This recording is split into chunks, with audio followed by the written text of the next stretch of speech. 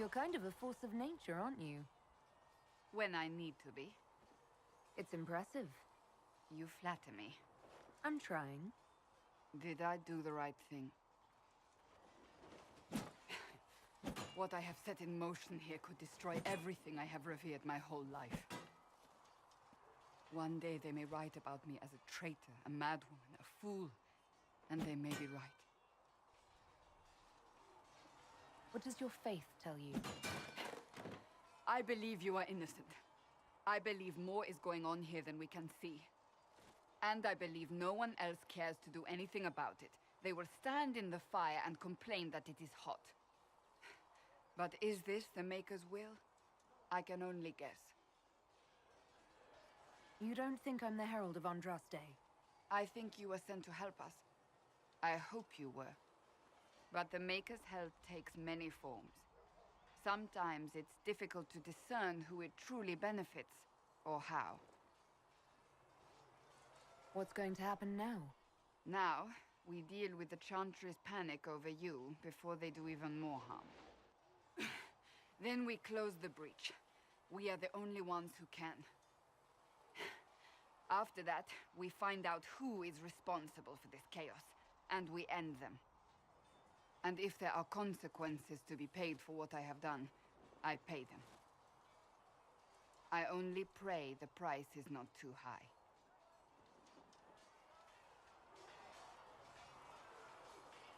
You didn't have any choice. Didn't I?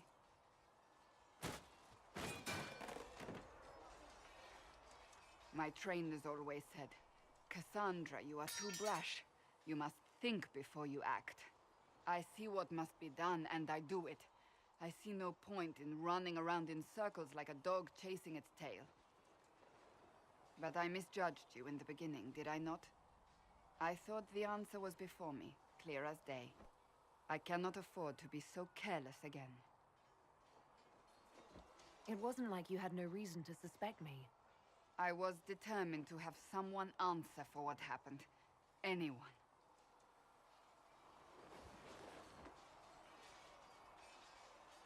You've said you believe you're chosen. Does that mean you believe in the Maker?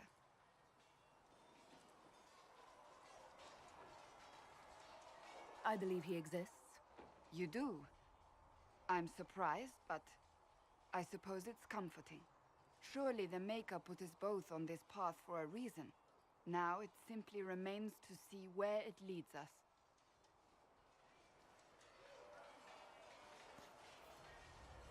It occurs to me I don't actually know much about you. What do you want to know? I'm not sure. Where are you from? My clan never stayed in one place for long, though we primarily roamed the free marches. Oh? I didn't think your people roamed that far north, but clearly I'm mistaken. I'm told some members of your clan might still be alive. Do you intend to go back?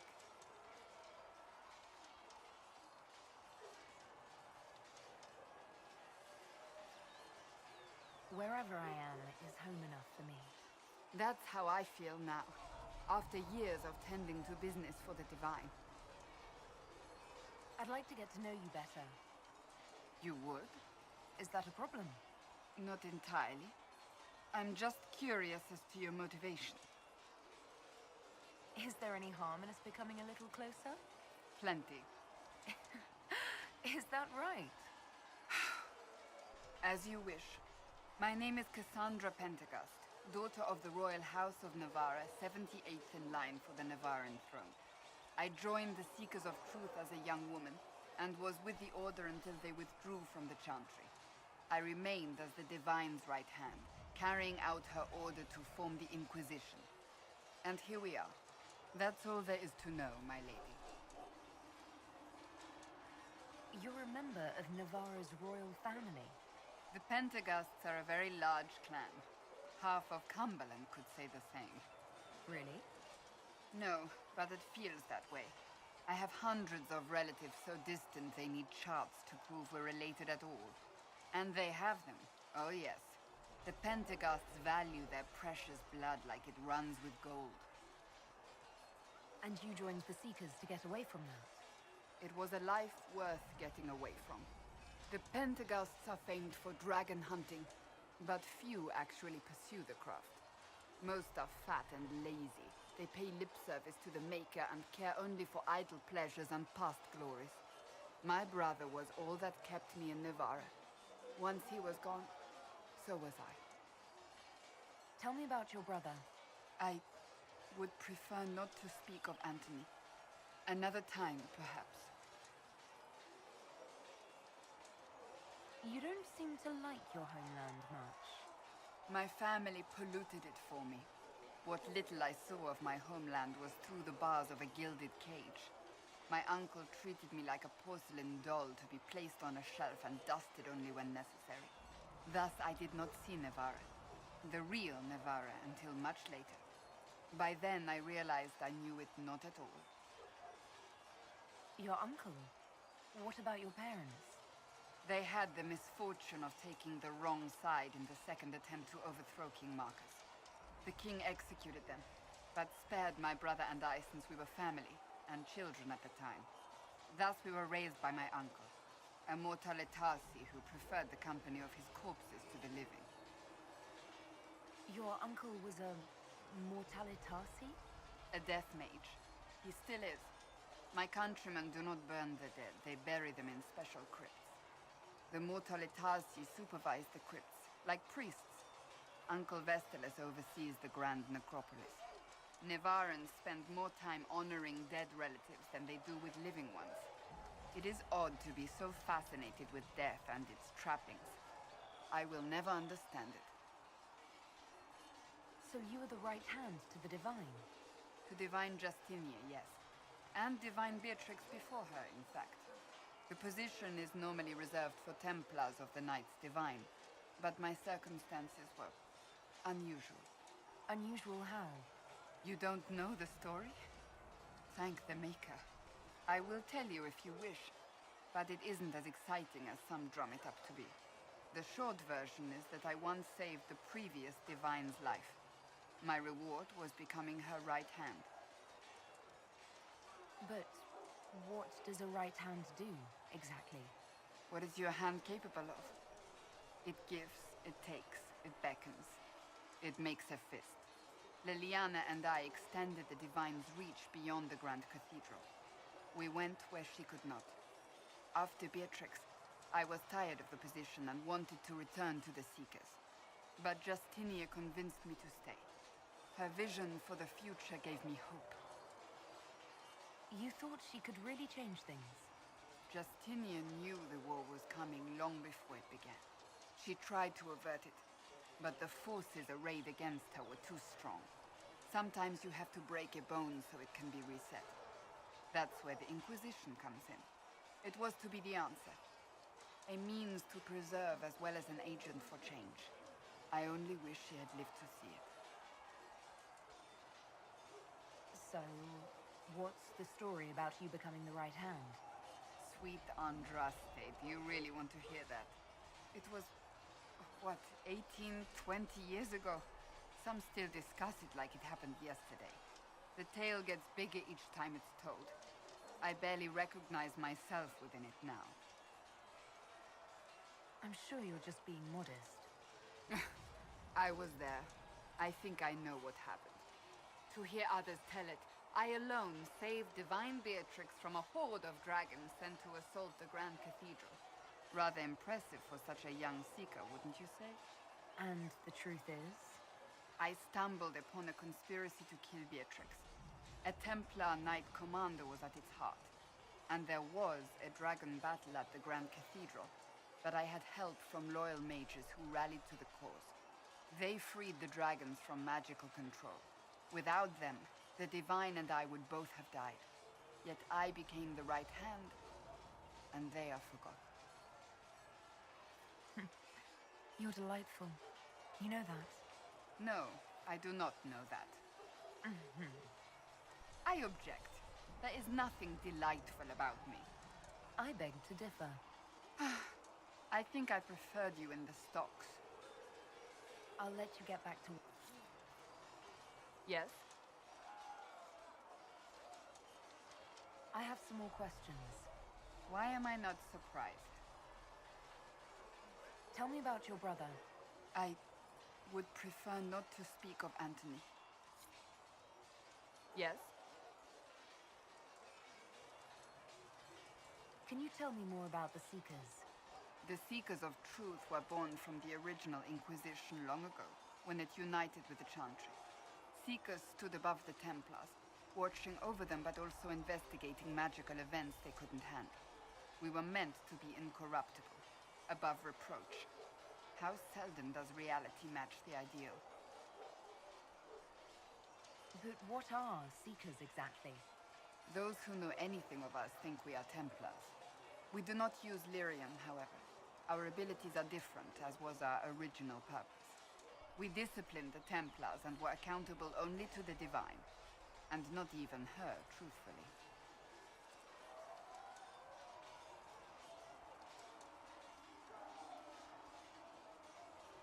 So nobody ever watched over the Seekers? It was the Divine's duty, but she could only do so much when the truth was hidden from her. The Templars have always feared us. When a Seeker arrived at a circle, they knew trouble was afoot. That kind of power is troubling. You begin to think you are the only one who can solve the world's problems. If you don't see a problem, it doesn't exist. If someone insists it does, they are the blind ones. Do you think that kind of problem could ever be fixed? Possibly. Though the Seekers themselves would need to change. They were clearly not willing to, even though they abandoned everything they stood for to avoid it. In my heart, I believe they can still be salvaged, but not by their own hands. You mentioned that Seekers have different abilities than Templars. Entirely. A Templar's abilities come from lyrium and are designed to hunt mages. Ours come from ritual and many years of dedicated training. We cannot be possessed by demons and are immune to mind control. Useful, considering our role. Seekers can gain other gifts, though that depends on the individual. What kind of gifts do you have? I can set the lyrium within a person's blood aflame. Both mages and Templars bend before my will. Some Seekers use it to interrogate, others simply to paralyze. Once there was a Seeker who could use it to kill. That particular gift is considered rare. Why did your order turn against the Chantry? We originally united with the Chantry through a treaty that stated they would keep mages under control. It was felt Most Holy had tacitly allowed the Circle of Magi to vote on its independence, thus breaking the treaty. The Seekers saw themselves as justified, and they led the Templars into a war of righteousness. You sound like you disagree. We knew what was happening at Kirkwall, where the Mage Rebellion began. We looked into reports of Knight Commander Meredith's harsh treatment of her charges years earlier. But we found so many shocking cases of magical corruption, it was decided her actions were justified. If we'd been there when it happened, if we'd looked harder at the root causes,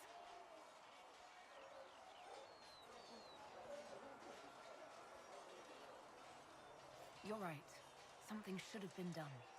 when faced with a problem, the Seekers would close ranks and crush it. We would find an answer, but only once we felt we weren't being coerced. The moment the mages voted for independence, our response was predictable. It was difficult to watch. How does someone become a Seeker? Most Seekers begin training in their youth. I was much older, an exception due to my noble birth.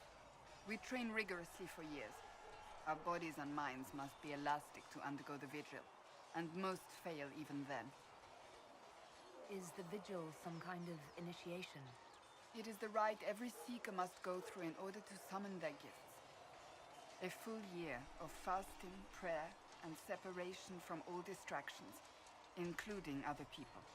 We empty ourselves of all emotion, focusing only on the purity of our devotion. And the moment it finally ends, it's wonderful. Faith realized. I cannot put it into words. I wish I could experience that. If the vigil was not so arduous, I'd say more should attempt it. What if mages never needed to fear possession by demons? I'm told it is impossible, however. I suppose I'll never know the truth of it now. I've no more questions. Do you need something? May I ask you about the Chantry? It is difficult to say what becomes of the Chantry now. They have no Templars, no leadership, and no one left who is worthy of succeeding the Divine. It has fallen apart when everyone needs it the most. I ache to think what this will mean in the days to come.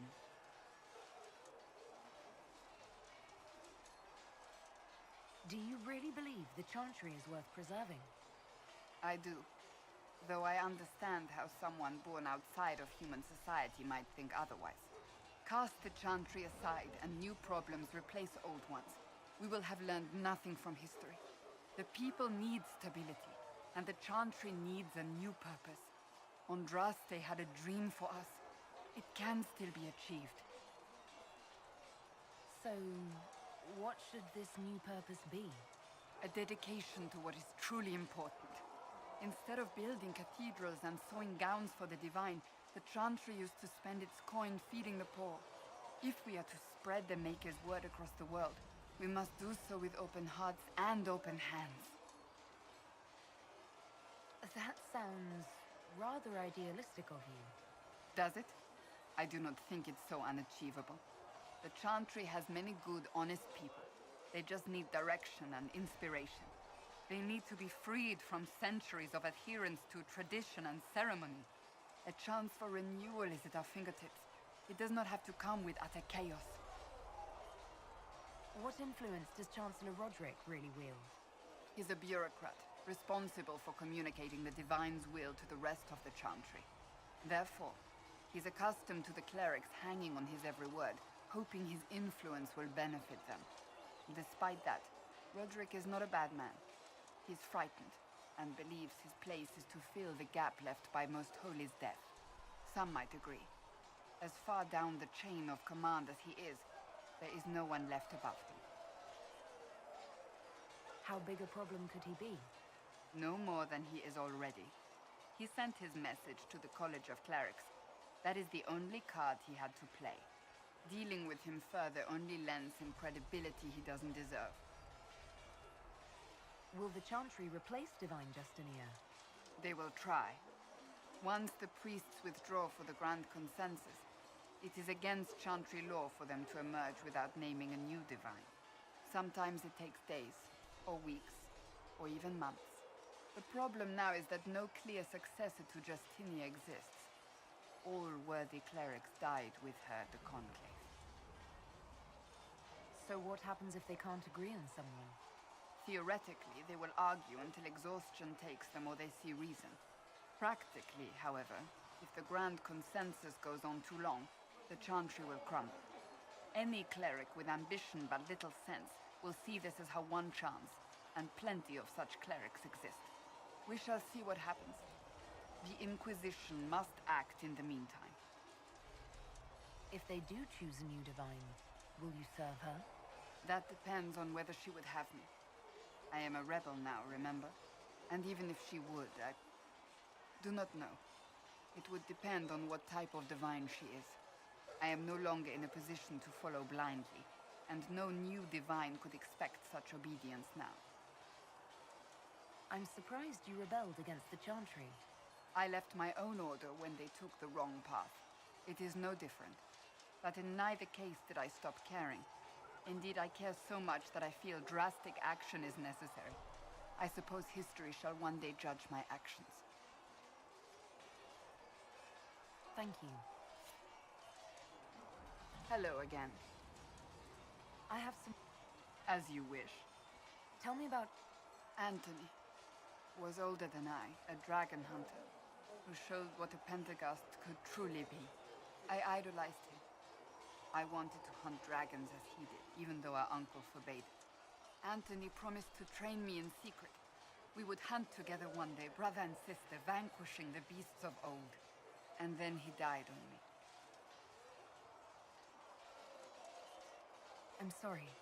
I shouldn't have pried. No, it's fine. A group of apostates wanted dragon blood, and wanted Anthony to get it for them. He refused, and they killed him for it. In front of me. I begged the Chantry to let me become a Templar. Instead, they sent me to the Seekers. It took many years to let go of my drive for vengeance. I think I understand how you felt. At times I could not breathe. The rage nearly choked me. I sometimes wonder how different my life would be if Anthony was still alive. Would I be a dragon hunter? Married to some noble fool, a mother of 3? I cannot say. I take solace in believing the Maker has a plan, but he is not always kind. I'll let you get back to work.